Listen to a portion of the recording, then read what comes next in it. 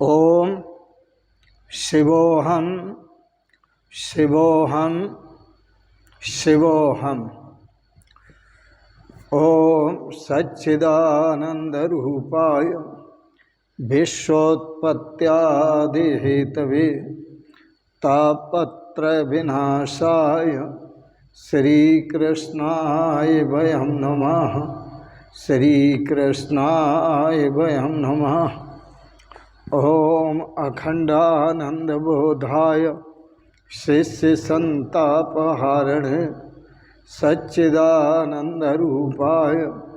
तस्मै श्री गुरवे नमः। तस्मै श्री गुरवे नमः। तस्मै श्री गुरवे नमः।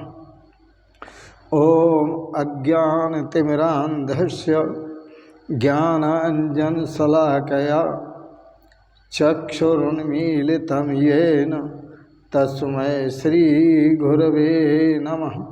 तस्मै श्री गुरवे नमः। पूर्व प्रसंग में आप श्रवण कर रहे थे महर्षि अष्टावक्र जनक संवाद को।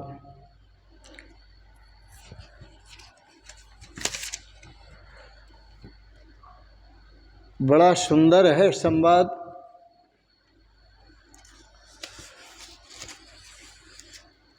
जनक जी को जब बोध होता है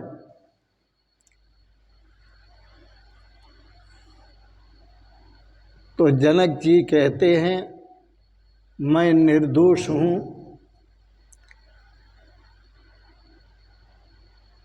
अत्यंत शांत हूँ, बोध स्वरूप हूँ, प्रकृति से परे हूँ। आश्चर्य है कि मैं इतने काल तक मोह के द्वारा ठगा गया, मोह के वश में हो गया हूँ। यह भाव आप पूर्व में श्रवण कर रहे थे।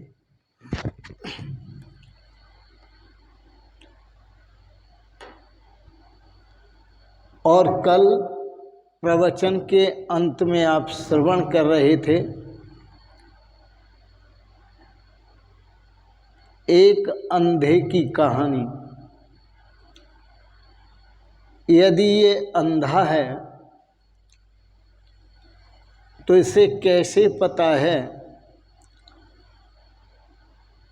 कि भिक्षा लेने के बाद कहता है हे सुंदरी सदा खुश रहो। अंधा है तो इसे कैसे पता है कि सामने भिक्षा देने वाली सुंदरी है। आशीर्वाद अच्छा दिया पर अंधे को ये कैसे पता है कि ये सुंदरी है। यहाँ समझ की बात ये है कि अक्सर जो अंधे होते हैं उन्हीं को संसार में सुंदरियां दिखाई देती हैं, उन्हें भगवान दिखाई नहीं देते। वैसे उनकी एक और आपको गहराई बताऊं अंधों की। भिक्षा मांगने वाले, भीख मांगने वाले अक्सर अंधे ही हैं। संत संदेश देते हैं और संदेश कुछ सत्संग की बात, कुछ ज्ञान की बात, कुछ वैराग्य की बात करते हैं। उसमें भी जैसा संत कहते हैं वैसा वो स्वीकार नहीं कर पाते, वो अपने अर्थ लेते हैं। जैसे एक राजा ने एक सेवक रखा, उस सेवक से वह राजा काम लेता था। कुछ समय हो गया, सेवक सही ढंग से काम नहीं कर रहा था, पूरा काम नहीं कर रहा था, सफाई से काम नहीं कर रहा था।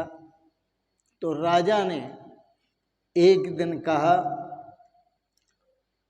कि मुझे लगता है कि अब मजबूर होकर मुझे दूसरा सेवक रखना पड़ेगा, दूसरा नौकर रखना पड़ेगा।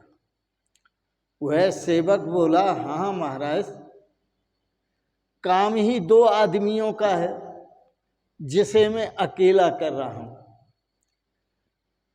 वस्तुतः राजा ने जो कहा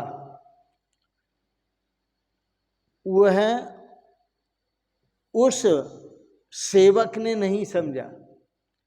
सेवक के मन में जो भरा हुआ था वह सेवक अपने भाव को प्रकट करने लगा। राजा ने तो कहा कि तुम ठीक तरह से काम नहीं कर रहे हो, तुम ठीक तरह से सेवा नहीं कर रहे हो, इसलिए मजबूरन दूसरा सेवक रखना पड़ेगा, मतलब तुम्हें हटाना पड़ेगा। लेकिन वह सेवक क्या कहता है? बोले महाराज, काम ही 2 सेवकों का है जिसे मैं अकेला कर रहा हूं, तो 2 आदमियों का काम है। उस सेवक ने अपना अर्थ लिया, राजा ने जो कहा वो कुछ और कहा, सेवक ने जो समझा वो कुछ और समझा। बस यही बात है। संत महापुरुष जो कहते हैं, सुनने वाले उस रहस्य को, उस वास्तविकता को, उस तत्व ज्ञान को, उस अध्यात्म ज्ञान को वो नहीं समझते, वो अपने अर्थ लेते हैं। संत जो कहते हैं वो सुन तो लेते हैं सभी, लेकिन सभी जो अर्थ लेते हैं वो अपने अपने अर्थ लेते हैं। सत्य को सुन लेने के बाद 2 बातें हैं। सत्य को सुन लेने के बाद असत्य में रुका रहना असंभव है। सत्य को सुन लेने के बाद असत्य में रहना असंभव है। जब एक बार देख लिया कि सत्य क्या है, तो पुरानी आदत, कितनी ही पुरानी आदत हो, उसे छोड़ना ही पड़ेगा। और वो पुरानी आदत छूट ही जाती है यदि सत्य को देख ले तो। लेकिन सत्य जब तक दिखाई नहीं पड़ता तब तक पुरानी आदतें छूटती नहीं है। श्रोताओं की भी कैटेगरी होती है। नंबर 1 का जो श्रोता है, अगर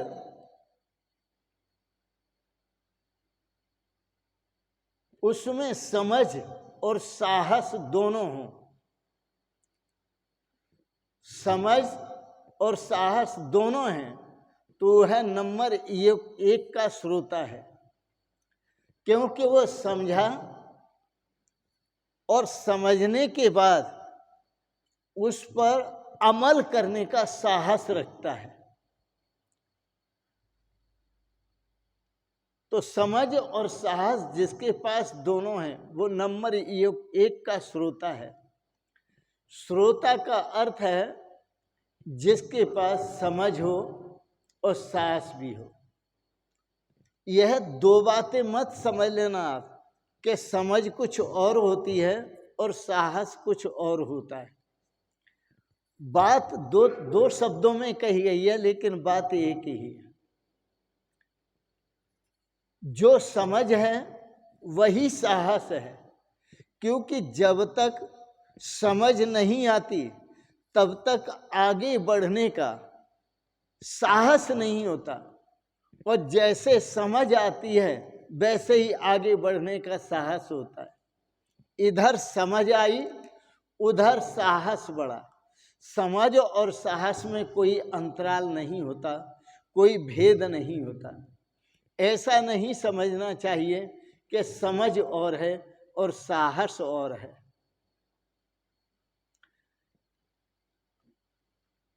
जो व्यक्ति समझ को और समझता है और साहस को और समझता है, वह व्यक्ति आगे बढ़ नहीं सकता। उसका बढ़ना आगे बहुत मुश्किल है। सूर्य को और समझता है, प्रकाश को और समझता है। घटना तो समझ की और साहस की, समझ के साथ ही साहस की घटना घटती है, समझ के साथ। और यही घटना जनक जी के अंदर घटी। जैसे उनको अपने स्वरूप की समझ आई, वैसे ही उनको एक अद्भुत साहस घटित हुआ। जनक जी पहले कोटि के श्रोता हैं। इस संबंध में एक बात और ख्याल में ले लेनी चाहिए। वह क्या? कि जनक सम्राट हैं। आप सोचेंगे कि सम्राट हैं तो क्या हुआ?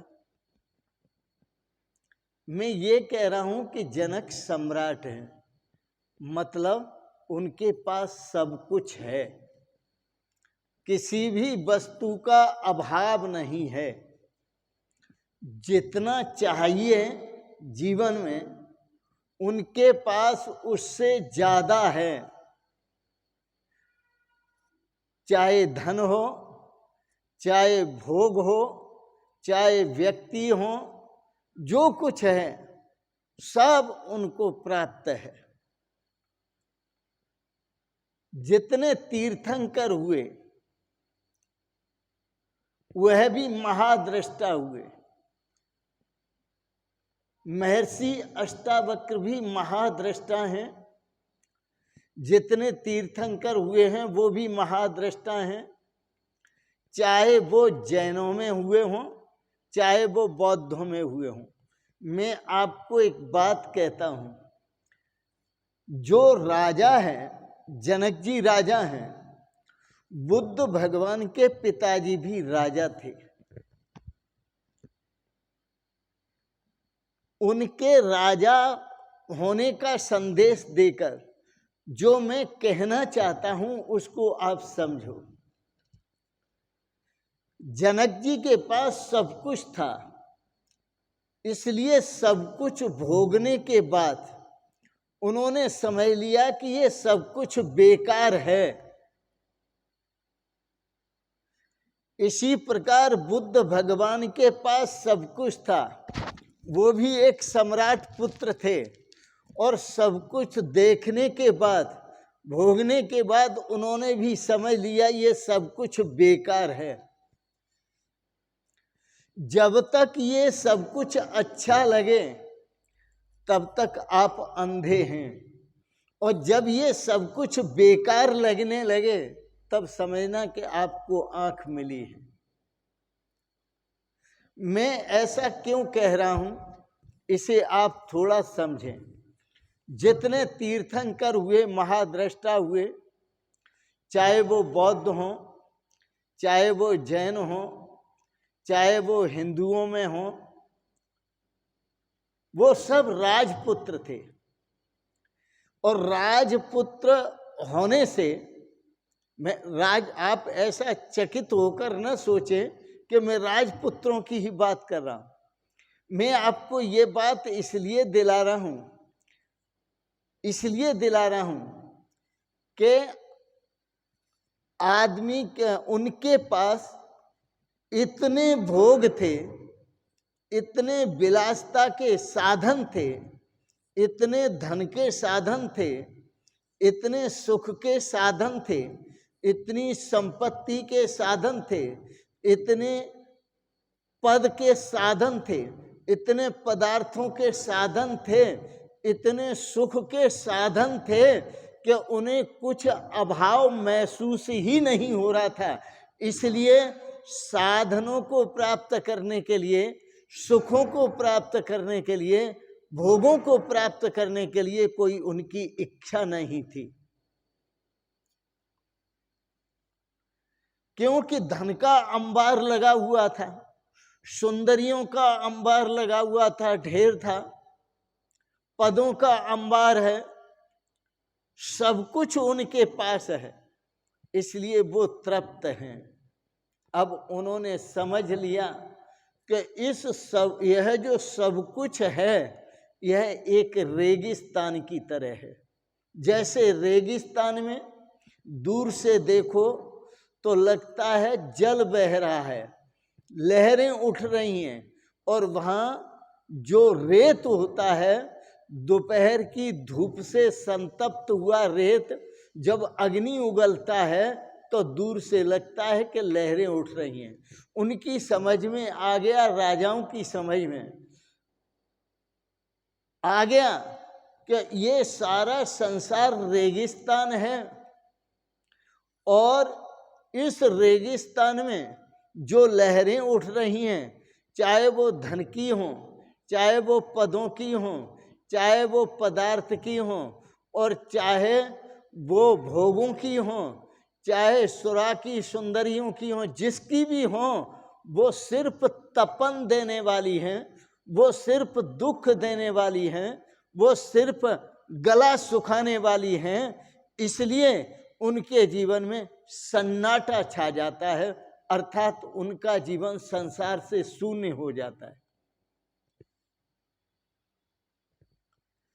जब उनका जीवन संसार से शून्य होता है, क्योंकि उनके जीवन में ये स्पष्ट हो जाता है कि संसार में न सुख है न शांति है। पद में, पदार्थ में, वस्तु में, व्यक्ति में, अवस्था में, संपत्ति आदि में न कोई सुख है न कोई शांति है। इसलिए वो आशाओं से छूट जाते हैं। अब कोई उनके मन में कोई आशा नहीं रहती, कोई आकांक्षा नहीं रहती, कोई इच्छा नहीं रहती, कोई अभिलाषा नहीं रहती किसी भी प्रकार की। तो आशा से छूटना बड़ा मुश्किल है। पर अब मैं दूसरे पक्ष की बात कहूँगा। अभी तो मैंने राजाओं की बात कही, अब मैं दूसरे पक्ष की बात कहूँगा कि देखो संसार में जितने भी जीते हैं, किसी आदमी के पास कोई पद नहीं है तो उसे पद की लालसा है, पद प्राप्त करने की इच्छा है। किसी के पास सुंदर भोग नहीं है तो उन भोगों को प्राप्त करने की इच्छा है, लालसा है। किसी के पास सुख नहीं है तो सुख को प्राप्त करने की आकांक्षा है। किसी के पास धन नहीं है तो धन की आकांक्षा है, वो धन की आशा में जीता है और आशा लगाए हुए है, धनोपार्जन का उपाय कर रहा है। इसलिए जब कोई समाज संपन्न होता है, जब कोई समाज संपन्न होता है, जब कोई राजा संपन्न होता है, जब कोई बुद्ध पुरुष संपन्न होता है, तो वो अपने जीवन में धार्मिक होता है, वो अपने जीवन में परम धार्मिक होता है। इस पर आश्चर्य मत करना। क्यों आश्चर्य? इसलिए मत करना कि वह जो राज घराने में जन्मा, राज परिवार में जन्मा, वह जो जन्मा है उसने सारे भोगों को देख लिया। ये मरुभूमि की तरह है, सारे धन को देख लिया, मरुभूमि की तरह है, सारे सुखों को देख लिया, मरुभूमि की तरह है, सारे पदों को देख लिया, मरुभूमि की तरह है, और सारे मान प्रतिष्ठा को सबको देख लिया, ये मरुभूमि की तरह हैं। इसलिए महर्षि अष्टावक्र के दिनों में जो राजा जनक हैं वो संपन्न रहे होंगे, इसलिए उनके भीतर संसार की किसी भी प्रकार की कोई कामना नहीं थी, कोई इच्छा नहीं थी। बुद्ध अपने समय में संपन्न रहे होंगे, इसलिए उन्होंने अपने राजपाट का परित्याग किया और वन में चले गए। उन्हें भी किसी प्रकार की कोई इच्छा नहीं रही, कोई आशा नहीं रही, कोई कामना नहीं रही, कोई पिपासा नहीं रही, और वह उच्च शिखर पर आरूढ़ हुए, अर्थात अध्यात्म तत्व को प्राप्त हुए, परमात्मा तत्व को प्राप्त हुए। उन्होंने आखिरी उड़ान भरी। लोगों को दिखाई पड़ रहा है संसार। मैं आपको अब ये बात दूसरी तरह से कहूंगा कि जब लोगों को लगता है कि मेरे पास संतान नहीं है, तो उसके लिए किसी डॉक्टर के पास न जाकर वह भगवान के मंदिर में जाते हैं। किसी को लगता है कि मेरा बच्चा पास हो जाए तो वो मंदिर में जाते हैं। किसी को लगता है कि मेरे बच्चे की नौकरी लग जाए तो वो मंदिर में जाते हैं। किसी को लगता है कि मेरे बच्चे की शादी हो जाए तो वो मंदिर में जाते हैं। आप एक बात सोचो कि जाना है मंदिर में और चाहते क्या हैं? चाहते हैं बच्चे को पढ़ाना, चाहते हैं बच्चे की शादी कराना, चाहते हैं बच्चे की नौकरी कराना, नौकरी लगाना, चाहते हैं बच्चे का प्रमोशन कराना, और पहुंचते कहाँ हैं? मंदिर में। ये बहुत दोगले लोग हैं कि चाहते कुछ हैं और जाते कहीं हैं। बैठते जाकर भगवान के दरबार में हैं और चाहते क्या हैं? बच्चे के प्रति अनेक प्रकार की कामनाएं पूर्ण करना चाहते। फिर विचार करो आप, मैं कुछ कह रहा हूं। एक बात और कहूंगा कि आप अपना कर्तव्य कीजिए, भगवान अपना कर्तव्य करेंगे। आपका कर्तव्य क्या है? यही कर्तव्य है कि मन में आप रखो कि बच्चे की नौकरी लग जाए और मंदिर में जाकर के प्रार्थना करने लगो। मन में क्या है? बच्चे की नौकरी, और बैठे कहाँ हो? मंदिर में। ये दोहरी जो आपकी नीति है वो नहीं चलती। High touch to word, high touch to word, word touch to work. हृदय छूता शब्द होना चाहिए और शब्द छूती क्रिया होनी चाहिए। जो हृदय में हो वही शब्दों में हो, और जो शब्दों में हो वही क्रिया में हो। इसलिए जो गरीब आदमी है वो वास्तव में धार्मिक नहीं होता, और उसका वास्तविक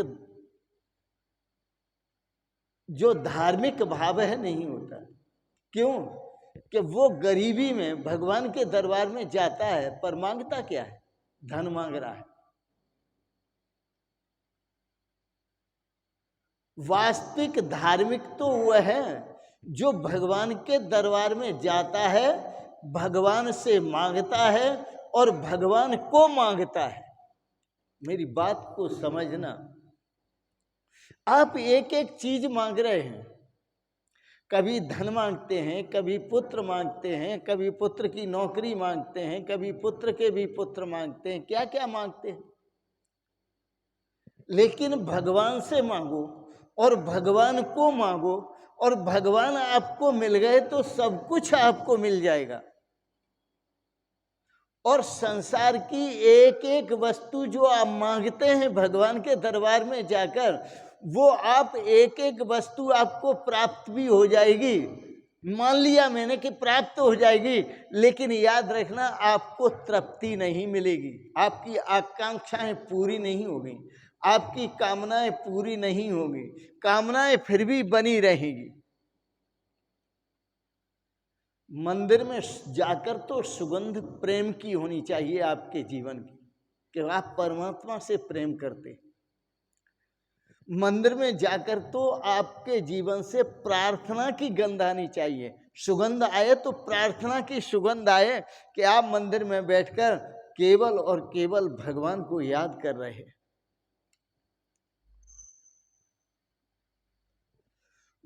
बुद्ध के लिए भगवान को याद करना बहुत आसान रहा होगा। क्यों? कि उन्हें सारे सुखों की प्राप्ति थी, इसलिए किसी सुख की आकांक्षा में वो भगवान को भूल नहीं सकते।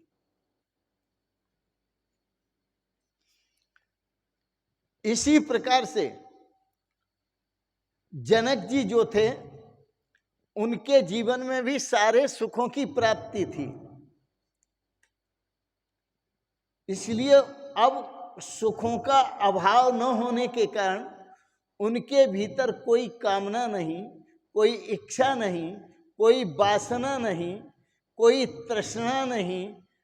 अब केवल और केवल वह परमात्मा स्वरूप की अनुभूति के लिए अग्रसर हुए। तो जो राजकाज में रहकर हर तरफ से तृप्त हो चुका है, उसका कदम पूरी तरह भगवान की तरफ उठता है। चाहे वो जनक जी हों, चाहे वो भगवान बुद्ध हों, चाहे महर्षि अष्टावक्र हों, चाहे महावीर भगवान हों, तो ये सब राजघराने हैं। भर्तृहरि हरि को देखो, वो भी भर्तृहरि हरि राजा थे, और भर्तृहरि हरि जो राजा थे उनको भी जब वैराग्य हुआ तो उन्होंने संसार के सारे सुखों को मरुभूमि से ज्यादा नहीं समझा, और उन्होंने अपना भाव भी व्यक्त किया कि हाँ, आज मुझे पता चला। याम चिंतयामि सततम मयि सा विरक्ता, साप्यन्यमिच्छति जनन स जनो अन्य सक्ता, अस्मत्कृते चतुष्यति काचिदन्या, धिक्यताम च तम चेमाम च माम च। उन्होंने कहा, जिस रानी का मैं रात दिन चिंतन करता हूं, वो मुझे न चाहकर किसी और पुरुष को चाहती है। याम चिंतयामि सततम मयि सा विरक्ता, वो मुझे नहीं चाहती, किसी और को चाहती है। और वह जिसको चाहती है, वह जो पहलवान है, वह भी इसको न चाह करके किसी और को चाहता है। और जिस वैश्या को वो चाहता है पहलवान, वह वैश्या भी उस पहलवान को न चाह करके वो मुझे चाहती है। धिक्यताम, उस मेरी स्त्री, धिक्यताम, उस वैश्या को धिक्कार है। तम, उस पुरुष पहलवान को भी धिक्कार है। इमाम, इस मेरी रानी को भी धिक्कार है। और माम, मुझे भी धिक्कार है।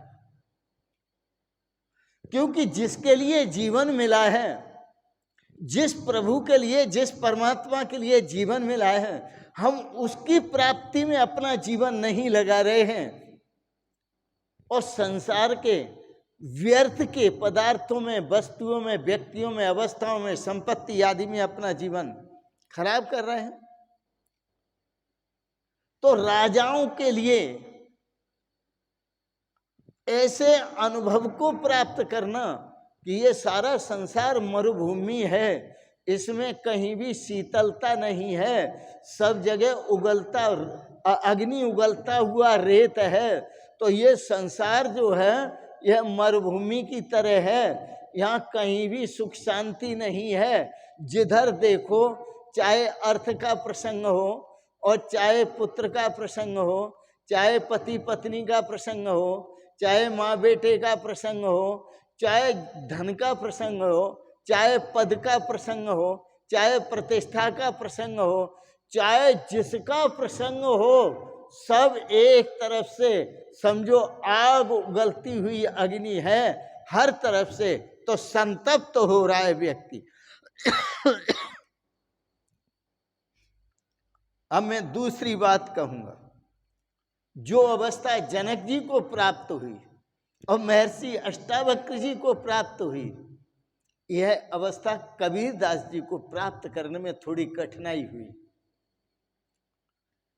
क्योंकि कबीर दास जी एक गरीब घर के थे। और कबीर दास जी को ही नहीं, दादू जी महाराज को भी कठिनाई हुई, सहजो बाई को भी कठिनाई हुई, क्राइस्ट को भी कठिनाई हुई, क्योंकि ये गरीब घर के थे। मोहम्मद को भी कठिनाई हुई। इनको बड़ा कठिन रहा होगा संसार का त्याग करना, क्योंकि इनके पास कुछ नहीं था। तो ये उस जो कुछ नहीं था उसको प्राप्त करने में सोए हुए थे, उनकी वासनाओं में डूबे हुए थे, कामनाओं में, उनकी प्राप्ति की कामनाओं में डूबे हुए थे, उनकी प्राप्ति की इच्छाओं में डूबे हुए थे।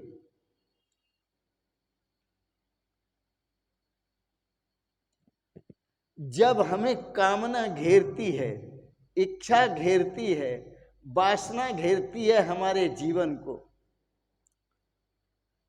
तब समझ लो कि हम आगे बढ़ नहीं सकते। वासना से बड़ी कोई फांसी नहीं।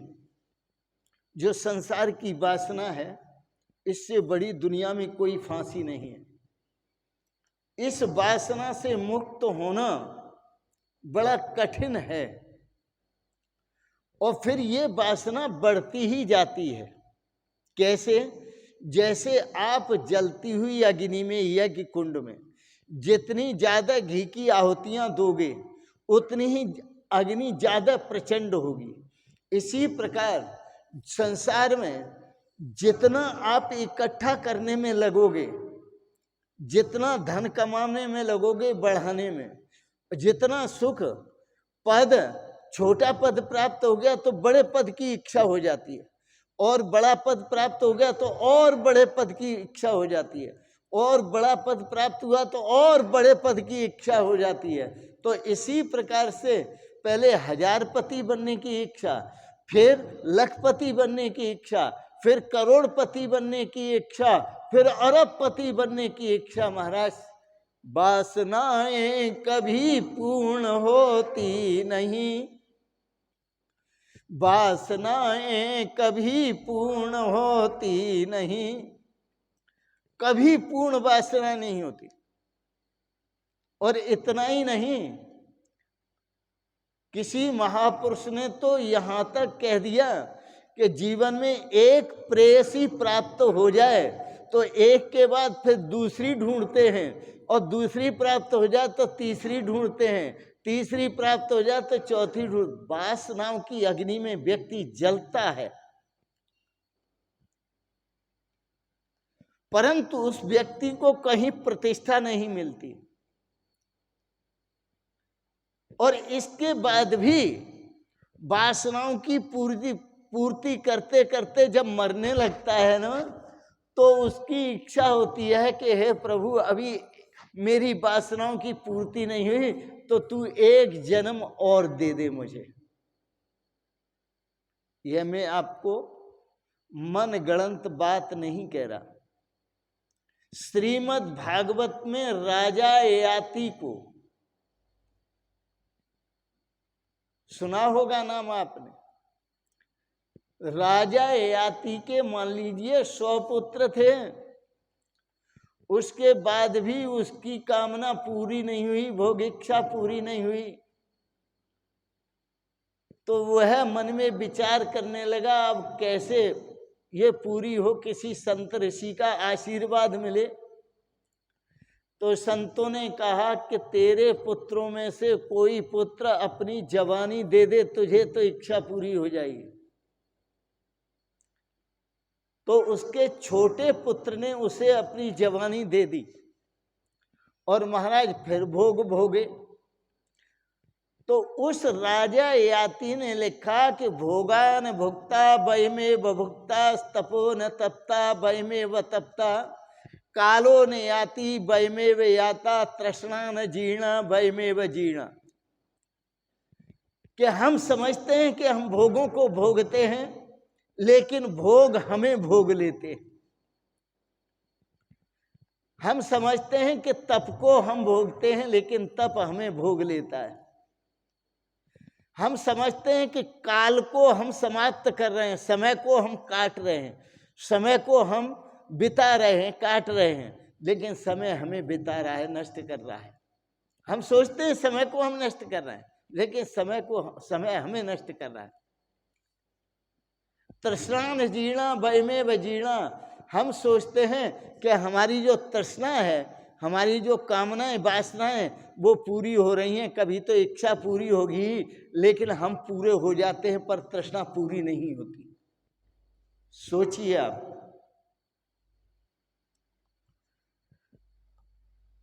आप संसार में कितने ही आगे बढ़ जाइए, आपको प्रतिष्ठा मिलने वाली नहीं है। आप कितने ही जन्म ले लीजिए, अनंत जन्म ले लीजिए, और आपके अनंत जन्म हो चुके हैं, लेकिन कभी भी आपको सुख शांति, शाश्वत सुख, शाश्वत आनंद नहीं मिला।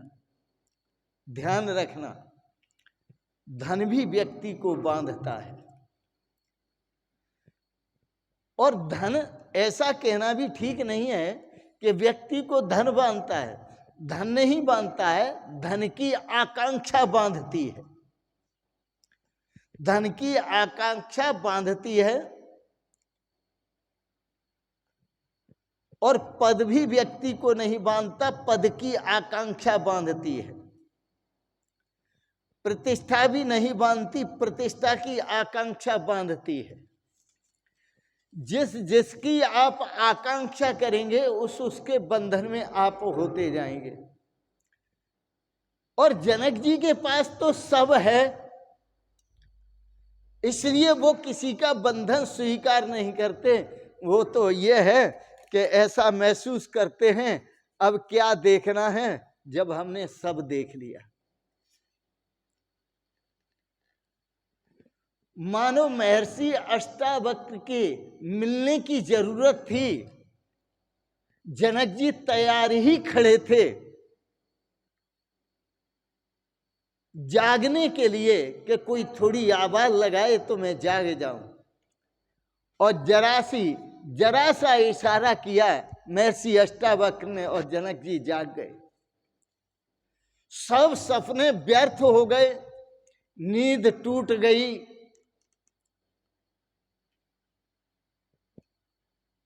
और जब नींद टूटी तो वो कहते हैं, मैं निर्दोष हूं, मैं शांत हूं, मैं बोध हूं, मैं प्रकृति से परे हूं।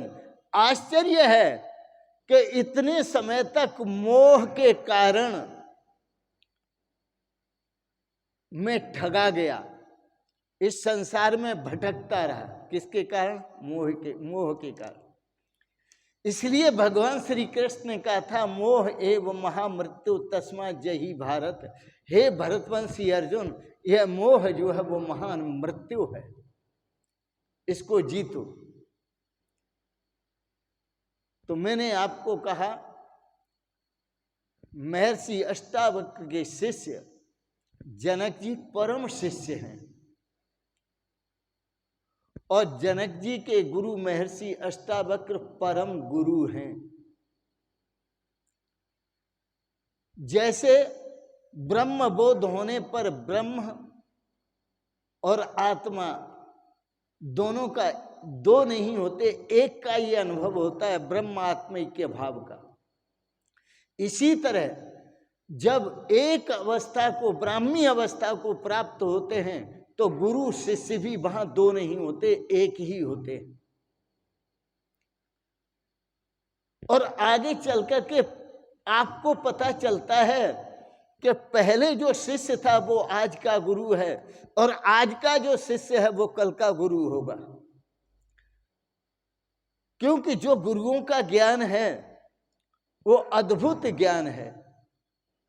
इसलिए जनक जी ने कहा, अब मुझे पता चला मैं तो निर्दोष हूं, मैंने कभी कुछ किया ही नहीं, मैं अत्यंत शांत हूं, मैं कभी अशांत हुआ ही नहीं, मैं तो बोध स्वरूप हूं, चेतन स्वरूप हूं, मुझ में जड़ता कभी आई ही नहीं, मैं तो प्रकृति से परे हूं, प्रकृति से परे। ये शरीर भी प्रकृति का स्वरूप है, अंतःकरण भी प्रकृति का स्वरूप है, मन बुद्धि आदि सब प्रकृति के स्वरूप है, इंद्रियां प्रकृति के स्वरूप है, तो इन सब से मैं परे हूं। आश्चर्य है कि एक मोह के कारण मैं अब तक ठगा गया, अर्थात भ्रमित रहा, अपने स्वरूप को जानने से वंचित रहा। आज मुझे अपने स्वरूप का बोध हुआ।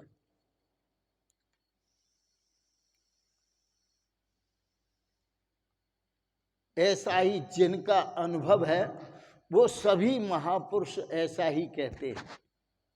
वो देखो, भगवान शंकर कैलाश पर्वत पर जब पार्वती जी को आत्मबोध कराते हैं तो पार्वती जी ने क्या कहा, बताऊंगा एक शब्द में। जब श्रीमद् भागवत की कथा महर्षि सुखदेव राजा परीक्षित को सुनाते हैं तो राजा परीक्षित ने क्या कहा, बताऊंगा एक शब्द में।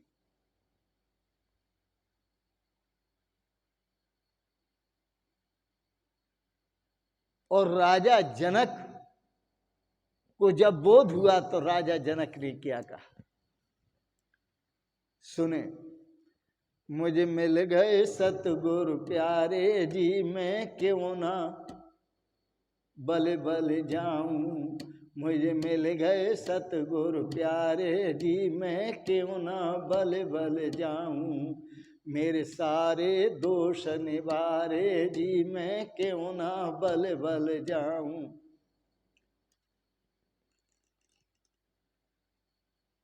और यह बात बहुत मेहनत के बाद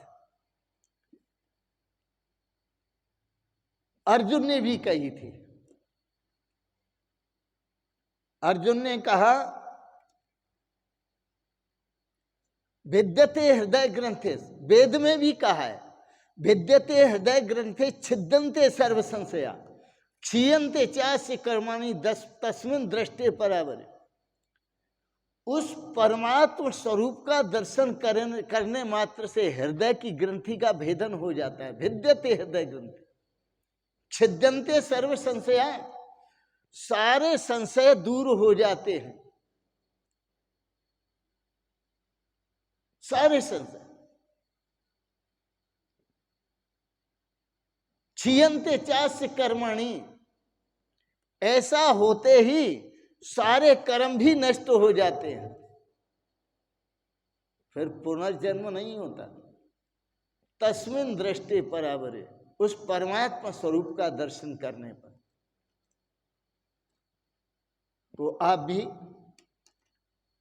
जिस तत्व को, ब्रह्म ज्ञान को, आत्मज्ञान को, अध्यात्म ज्ञान को, तत्व ज्ञान को महर्षि अष्टावक्र ने प्राप्त किया, वही जनक जी ने प्राप्त किया, वही भगवान बुद्ध ने प्राप्त किया, वही भगवान महावीर ने प्राप्त किया, वही जड़ भरत ने प्राप्त किया, वही ऋषभदेव भगवान ने प्राप्त किया, और मैं आपको प्रेरणा दूंगा कि वही अर्जुन ने प्राप्त किया, वही भगवान कृष्ण को प्राप्त था, और वही आत्मज्ञान, अध्यात्म ज्ञान, ब्रह्म ज्ञान, तत्व ज्ञान आप भी प्राप्त करें, और अपने जीवन में श्रेय को प्राप्त करके और अनुभव करके बस एक बार गर्जना करें, अहो निरंजन शांतो बोधो हम प्रकृति पर है। मैं तो निरंजन हूँ, मैं शांत हूँ, मैं चेतन स्वरूप हूँ, मैं प्रकृति से परे हूँ, मैं तो परम आनंद स्वरूप हूँ और अपने आनंद स्वरूप का अनुभव करें। इन शब्दों के साथ ही वाणी को विराम दूंगा। आपने बड़े प्रेम और श्रद्धा से आज की इस प्रसंगत भगवत चर्चाओं को श्रवण किया, अध्यात्म चर्चाओं को श्रवण किया, वैराग्यमयी चर्चाओं को श्रवण किया। इसके लिए बहुत बहुत अनुग्रहित हूँ और आप सबके प्रति मंगलमयी शुभकामनाएँ करता हूँ। भगवान आपको सदा स्वस्थ और सुखी रखे, भगवान की कृपा आप पर बनी रहे, आप अपने स्वरूप को पहचानें और अपने श्रेय को प्राप्त करें। आप सबके लिए बहुत बहुत शुभकामनाएं, बहुत बहुत आशीर्वाद और बहुत बहुत प्रणाम प्रणाम प्रणाम। शिवोहम शिवोहम शिवोहम।